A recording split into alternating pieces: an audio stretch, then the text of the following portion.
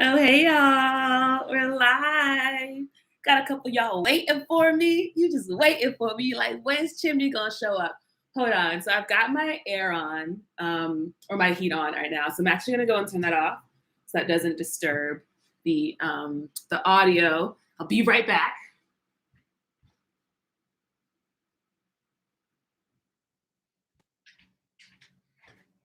And I hope y'all appreciate those. That's the kind of sacrifice that I make for you all because I care about you all. I'm willing to freeze in my own home just so the audio can be good. That's how much I care, okay? So, Abaddon, hey, how was your week? How is your creative journey going? How's staying off these internets going? How's the healing going? So for this live, we are going to be reading Untethered Soul. Well, I'm going to be reading it to you. I'm going to read you a section from chapter 5 called, I think it's called like Unlimited Energy. Infinite Energy is the chapter. I was going to read y'all the chapter from towards the end, which is called like Welcoming Death or something insane like that, because this is Scorpio season. And apparently it's a thing that Scorpios are very like into darkness and death. We just feel comfortable with it, you know. We know the end is coming. We embrace it. It allows you to live in the moment more, you know. But I was like, that's kind of a lot. Also, so I read the whole book and I started reading it over and like taking notes so I could make sure I like highlighted the best bits for you all. And then it was late and I was like, I'm a big believer that life should be just full stop easy. And I was like, I should not be up late trying to get all these notes together. I made it to chapter 5. Let me just read this great chapter for everyone. We'll chat about it. Also, my original plan was to do a different book every week. And I do read that fast normally, but with all this editing for this daily challenge, I don't have the same capacity to read. And so I'm just like, I cannot read a book every week and edit all these videos and record all these videos and go live and work my new little sexy part-time job. That's too much. All right. So we might end up reading Untethered Soul for the entire month. But I wanted to show you all this book that my friend wrote. Okeezy, I know him in real life. This is a real book. I know him in real life. And so I think it'd be awesome at some point to do this book as part of the book club. So we'll either do that sometime this month, we might do it next month. But I just want to like give him some FaceTime because he's awesome. I met him when I was in the sanctuaries community here in DC, and I just love it. It's so cool to like know someone who has a book. Like this is real life, you know? Hey Brittany, hey Kaya, look at us hanging out some more. I know Kaya in real life now too, y'all. She joined the creator camp. Hey girl. Hey Art, how you doing? Have you been to Mickey Singer's ranch, Art? Also, I think it's because of MJ, you know, where I just associate ranches with like darkness. Is it a really welcoming, beautiful space full of spirituality and love? Like, is it a safe space to be? Or do things get weird at the ranch? Just let me know. I'm not saying I'm not into it, but just let me know how weird things get at the ranch. And I'm just gonna look at me like, I was truly sitting here not doing anything. And now that it started, I can like go grab a bunch of stuff. Let me grab a notebook that I was taking notes in just so I have it, and then we're gonna get started.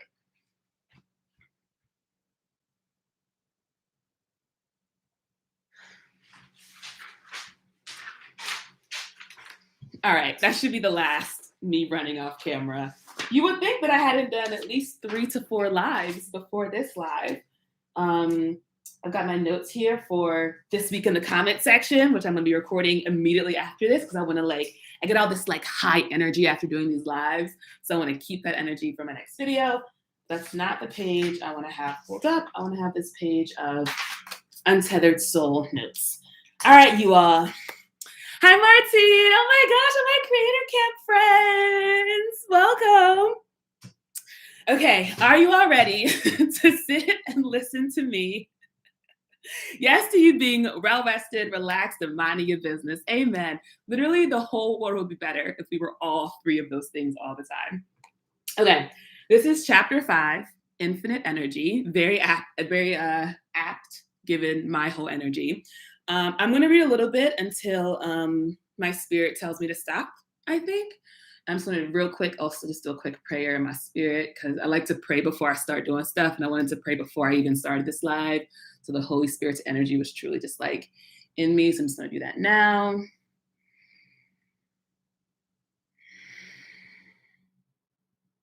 All right, let's get started. Chapter 5, Infinite Energy. Consciousness is one of the great mysteries in life. Inner energy is another. It's actually a shame how little attention the Western world pays to the laws of inner energy. We study the energy outside and give great value to energy resources, but we ignore the energy within. People go about their lives thinking, feeling, and acting without the understanding of what makes these activities take place. The truth is, every movement of your body, every emotion you have, and every thought that passes through your mind is an expenditure of energy. Just as everything that happens outside in the physical world requires energy, everything that happens inside requires an expenditure of energy. For example, if you concentrate on a thought and another thought interferes, you will have to assert an opposing force to fight that interfering thought. That requires energy, and it can wear you out. Likewise, if you have a thought that you're trying to hold in your mind, but it keeps drifting off, you have to willfully concentrate to bring it back. When you do this, you are actually sending more energy to the thought in order to hold it in a given place. You also have some energy to deal with your emotions. If you have an emotion you don't like and it's interfering with what you're doing, you just push it aside. You do this almost instinctively so that the unwanted emotion doesn't come up and disturb you. Every one of these acts is an expenditure of energy. Creating thoughts, holding on to thoughts, recalling thoughts, generating emotions, controlling emotions, and disciplining powerful inner drives all require a tremendous expenditure of energy. Where does all this energy come from? Why is the energy there sometimes and at other times you feel completely drained? Have you ever noticed that when you are mentally and emotionally drained, food doesn't help that much? Conversely, if you look at the times in your life when you were in love or excited and inspired by something, you were so filled with energy that you didn't even want to eat. This energy we are discussing does not come from the calories your body. This energy we are discussing does not come from the calories your body burns from food. There is a source of energy you can draw upon from inside. It is distinct from the outer energy source. The best way to examine the source of energy is to look at an example. Let's say you're in your 20s, not me anymore, and your girlfriend, but youth.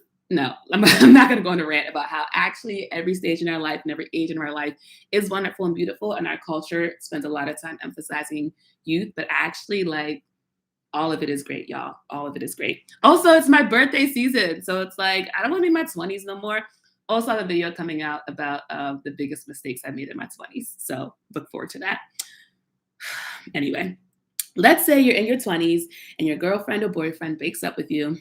You get so totally depressed that you start staying home alone. Soon, because you don't have the energy to clean up, everything ends up sprawled on the floor. You can hardly get out of bed. You just sleep all the time. You must be eating because there are pizza boxes lying all around, but nothing seems to help. You just have no energy. Your friends invite you out, but you decline. You are simply too tired to do anything. Most people have been there at some time in their lives.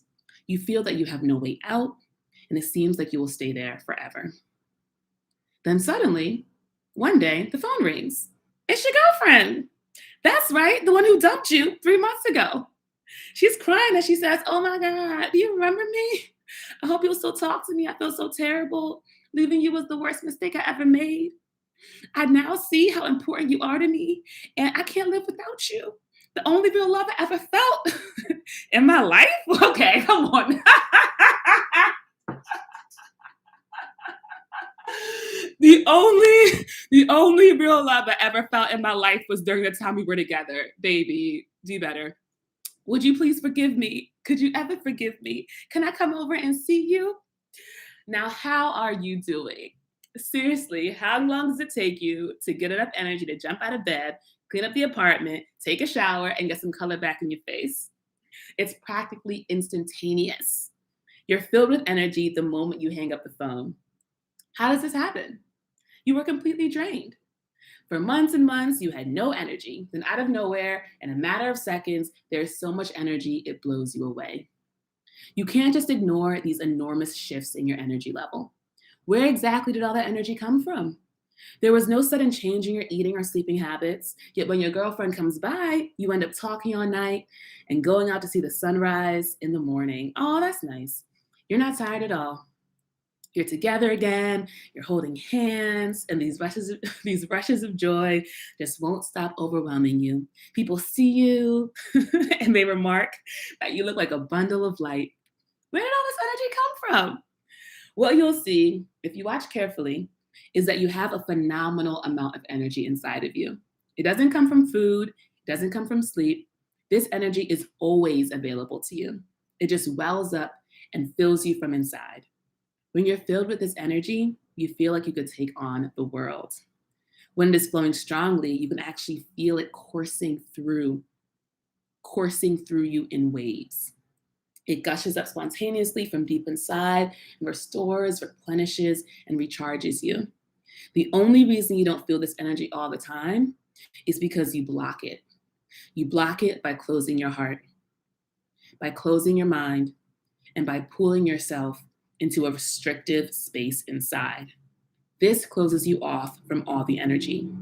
When you close your heart or close your mind, you hide in the darkness within you. There is no light. There is no energy. There is nothing flowing. The energy is still there, but it can't get in. That is what it means to be blocked. This is why you have no energy when you're depressed. There are centers within that channel. There are centers within that channel your energy flow. When you close them, there is no energy. When you open them, there is.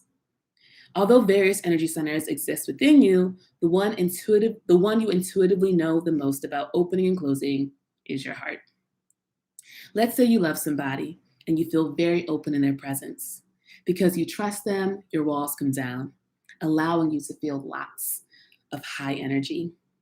But if they do something you don't like, the next time you see them, you don't feel so high. You don't feel as much love. Instead, you feel a tightness in your chest. This happens because you closed your heart. The heart is an energy center and it can open or close. The yogis call energy centers chakras. What if that was the only way we pronounced it? Chakras. When you close your heart center, energy can't flow in. When energy can't flow in, there's darkness. Depending upon how closed you are, you either feel tremendous disturbance or overwhelming lethargy. Often people fluctuate between these two states. If you then find out your loved one didn't do anything wrong, or they apologize to your satisfaction, your heart opens again. With this open, you get filled with energy again, and the love starts flowing again. How many times have you experienced these dynamics in your life? You have a wellspring of beautiful energy inside of you. When you are open, you feel it. When you are closed, you don't. I'm gonna stop here just because I see there's some stuff in the chat and I want to respond to y'all. Okay, I'm talking about trauma bonds. Helen's here. Hi, Helen. Helen is the one who I talked about in my most recent video who gave me all that great advice. She's a coach. Reach out to her if you want some coaching. She's wonderful. Literally, I was going through it yesterday and I was like, I gotta call her up. I gotta call her up. You know when you send them texts that are just like, are you free? And she was like, yep. Had a whole call. Helen, did you hear my tears? I wasn't sure. I didn't block them, but I do still am always not trying to actively be publicly crying. So when the tears do come, I'll just like, instead of like, you know? So did you hear my tears on our phone call yesterday? Yeah, so I wanted to share that section with you all because I think that example they give of like, or that he gives around like how you can be in this depressive state and then it's all completely because of the stories in your head. Well, not stories because, you know, it's real life. The girlfriend leaves you and blah, blah, blah. And they come back and then suddenly, boom, your entire life is changed and nothing's actually physically changed in terms of like what you're eating, your sleep. It's just this, you know, now you are convincing yourself that you're worthy of love and someone loves you and suddenly you can, you know, feel like you're a whole ball of light. Melissa, your first live. Welcome. It's great here. You're going to love it. But yeah, let me know how you like that segment. So overall reflections on Untethered Soul. I finished reading it about a week ago, and I've been just letting it marinate in my spirit. That section is also the part that's really stayed with me in terms of like an everyday practice. I do I do like a morning intention, a night intention, and they're the same thing. And one of the things that I say in my intention is I pray to have my heart remain open, like to not close my heart and to let my heart be open and just like sending and receiving love. And I found that having like not like having the framework of when something happens and you want to close your heart. Now that I know that's a thing that's happening, I can now be aware of it and in my day to day see when it wants to happen and see when I find myself telling myself stories that are like, close your heart, protect yourself. And he says in the book that nothing is worth closing your heart over, you know, and if you consider your life being this beautiful energy flow, you see that like, yeah, nothing is worth you reducing your energy. Like you should have as much energy as you want all the time, right? So nothing is worth shutting that off. And that's been hard. And I think what I've been trying to balance is that mix of how do you keep your heart open while also maintaining healthy boundaries and also looking out for yourself. I think that's kind of my major growth area as someone who in the past would rather like not hurt someone's feelings or not make someone else feel bad. At the expense of like not being honest with the person or with myself about like how I'm really feeling about something. And as a result, I would just make it so that I wouldn't be in those situations. Like, so, you know, the ghosting thing I talked about in the video where Helen's mentioned, like, I would just be like, you know, I'm just gonna like extricate myself from the situation so I never feel this way again, instead of having the conversation or doing whatever else to like fix the root of this problem.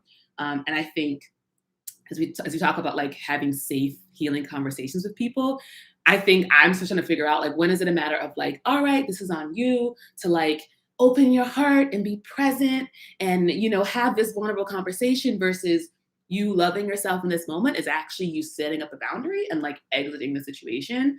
And that's actually what it means to like really honor yourself. I'm still figuring that out.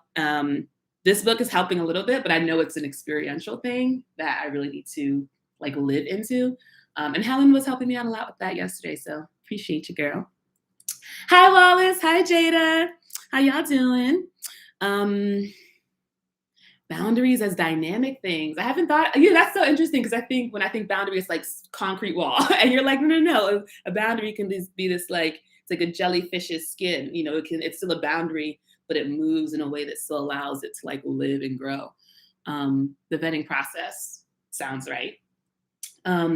So I think the heart opening thing was like a big one for me in terms of this book. What this book starts with is actually talking about this idea of having this inner voice inside your head, this roommate that's like always chattering and chattering and chattering. He tells a story in like, I think it's chapter 1 or 2, where he's talking about how basically we narrate the world because the world as it is too much, because the reality is that we can't control any of it. And there's no idea, like we don't actually know what's going to happen in the next moment. And so in order to make ourselves feel safe and comfortable, we just like turn this world outside into something that's in our head. And he gives us this great example, which I love, where he's like, imagine you go outside and it's cold, and then your mind goes, it's cold. And I was just like, that's just the thing I said before, like, it's cold. And he's like, why did your mind say that? You experienced the cold. How does it help to have your mind repeat that it's cold? And he said, it's because then your mind can be like, it's okay, we're going to be home soon. And then you're like, okay. And then you like feel better. So basically your mind is just all the time trying to make you feel better, because the actual world as it is too much. And I don't know if this, and I think he also gives this example of like, if you were to like sit, I have this great little, I have my sitting bench in my little apartment complex. And whenever I sit out there, I like look at the huge like vista, the huge landscape before me, and I see the gorgeous sky and all the trees, and it's just this gorgeous view. And that's what I was thinking about when he used this metaphor about like, imagine everything that your eyes can see in this one moment. Like if you were to take a snapshot, imagine how long it would take to describe every single thing and to the detail with which you can see it in this moment. It would take forever. It would be so much information. And so what our mind does, it creates this like smaller version of the world in our head. And that's what we're interacting with, because all of this is just way too much. And that's been really helpful to really understand that, one, there's a underlying fear of just being here that as you get more comfortable with sitting in, you can then be more comfortable with just moving in your life, because you just recognize like, yeah, we're just out here, anything can happen, but we're just can do the best we can. And just like, that's kind of all we can do. So that's been really helpful. And then also just like realizing what my mind is doing, like hearing the voice go, go, go, and realizing like, oh, I don't have to follow these thoughts. These thoughts are just things that are just like floating on by. I can choose to like hop on one and then go down that train and see where it goes. But it never really ends well. And there are particular moments where I like check in with my mind on something and we like, and it'll be stuff like, I should get a glass of water. And then I'll like get some water. I'm like, great, thanks, mind. And we'll turn that shit off again, you know? But for the most part, I'm trying to be much more intentional about not letting my mind just like talk and talk and talk and talk and talk, because then there's just no space for me to just be here, you know? Unique, hey girl. Thank you for joining. Boundaries as car insurance is what Abaddon is talking about. Not because you expect something's going to happen, but you're glad you have it if something does. That's very interesting because I do not have any insurance. So I'm like, is that metaphor relevant to my lifestyle? I operate from a place of just like, I think it's all just going to be all right and I'm divinely protected. That's one of the mistakes from my 20s that I'm going to talk about in that video, is just like, there's a point at which I don't think this is true. I think God's always looking out for us. But I had a series of incidents happen in my 20s where I was like, Chimdi, at some point you got to just do a little bit. Like you just can't throw yourself in situations and be like, God, you got me right. He's like, why are you even there? Just go home. So I hear you. I hear you about, just keeping yourself protected. Just keep yourself protected. I got some other notes that I want to just kind of reflect on and share about this book. I'm thinking this live can be around 30 minutes or so. I feel like that's a good sweet spot. And I also want to leave some time if y'all just want to like talk about anything else. How y'all liking the daily videos? How has your week been? Y'all got weekend plans? Do you like the fall? Do you like November, etc.?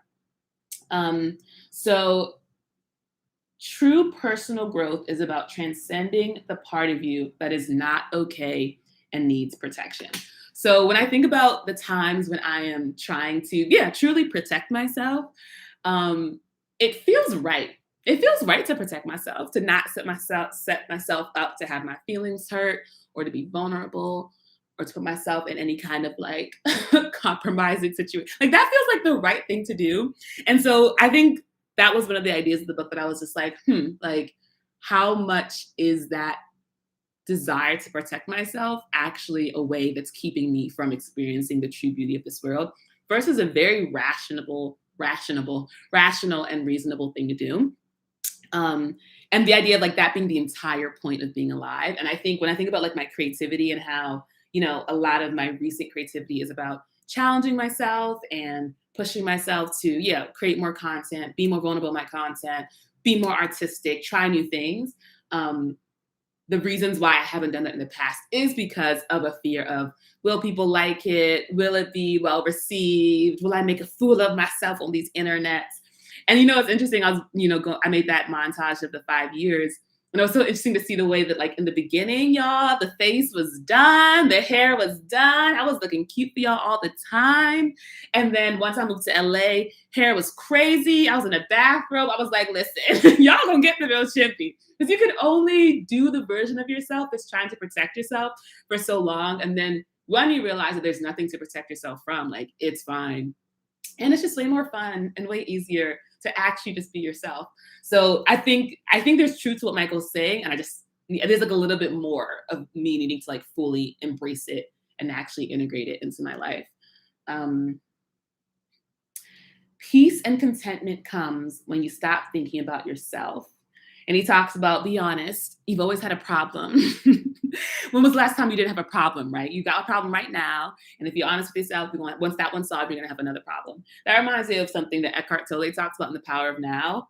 And that idea about like, we really get caught up thinking like, I've got this one problem. And once I solve this, y'all, things are going to be good. But it never, ever happens. Things are never all the way good if there's always some external thing that you're trying to fix or solve. And so hearing him, it's interesting. I think it was Rupert Spira said something like, once you like dive in, I don't know who said this actually, I'm just saying that. Once you dive into any topic, I think it was that guy who does the blog, like something Rodin. young Seth Roden, something like that. He talked about how like if you dive into any subject deep enough, all of the books start to rhyme. And so that's kind of where I'm at now, where like Rupert Spira and Thomas Hubel and Mickey Singer and all these people, Eckhart Tolle.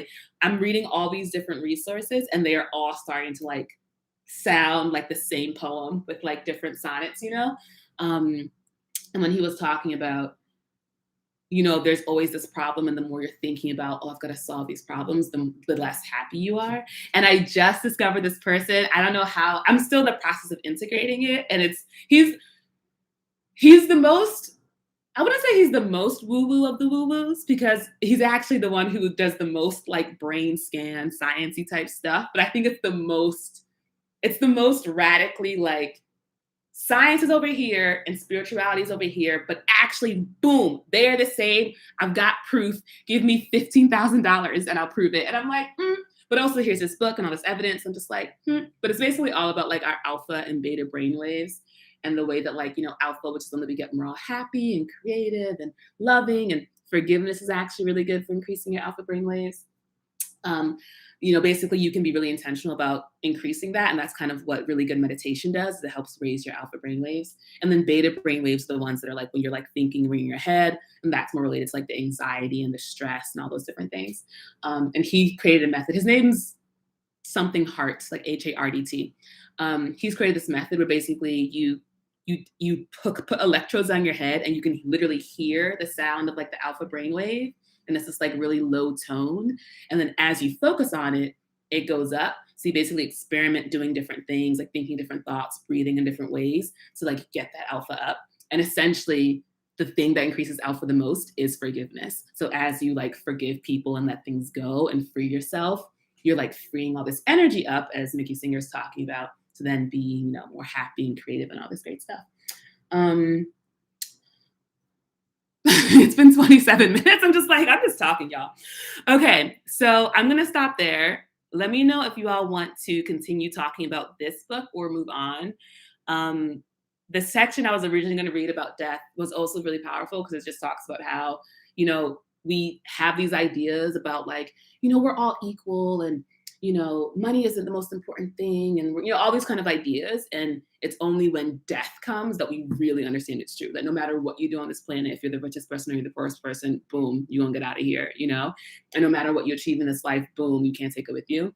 And how kind of sitting in the truth of that is actually the gift that allows you to be present in this moment and do what it is you want to do. And he tells this anecdote of like, what if, an angel comes to you and is like, you're not going to wake up from sleep, tomorrow morning. So get your affairs in order. Like, what would you do then? Or if death came to you and was like, in a week, I'm about to take you out of here.